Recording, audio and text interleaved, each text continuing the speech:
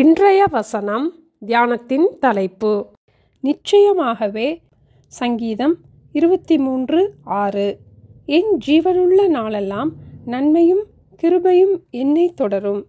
இது தாவீது ராஜாவினுடைய நம்பிக்கை.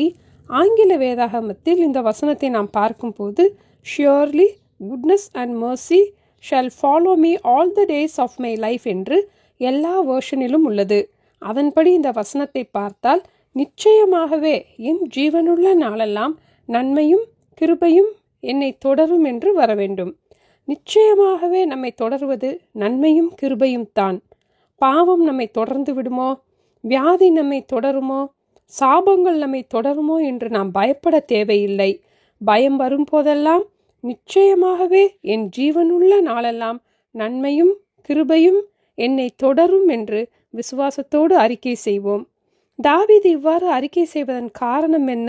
சங்கீதம் 23:1 கர்த்தர் என் மேய்ப்பராயிருக்கிறார், நான் தாழ்ச்சியடையேன் என்று கர்த்தரை மேய்ப்பராகவும் தன்னை ஒரு ஆடாகவும் இங்கு சித்தரித்து கூறுகிறார்.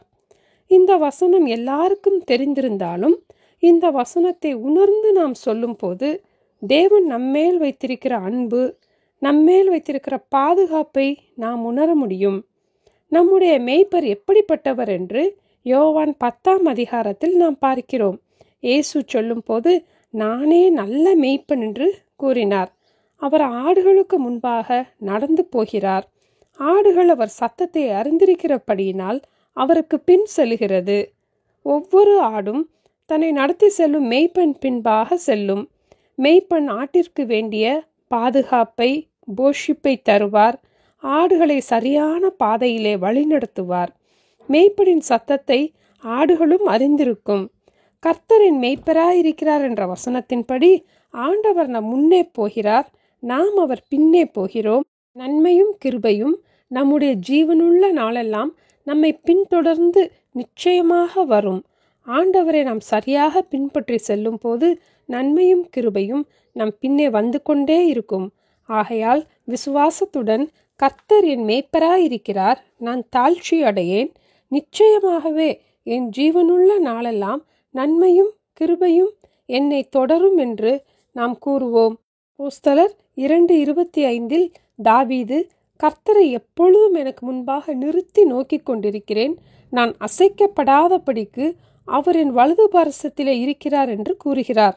நமக்கு முன் செல்லுகிற மேய்ப்பனை நம் முன்பாக நிறுத்தி எப்பொழுதும் நோக்கி கொண்டிருப்போம்.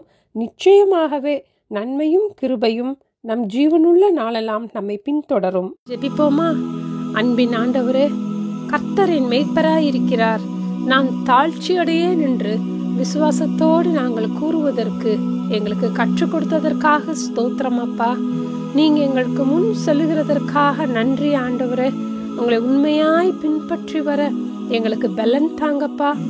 நிச்சயமாகவே எங்கள் ஜீவனுள்ள நாளெல்லாம் நன்மையும் கிருபையையும் எங்களை தொடர பண்ண போவதற்காக ஸ்தோத்திரம் ஆண்டவரே.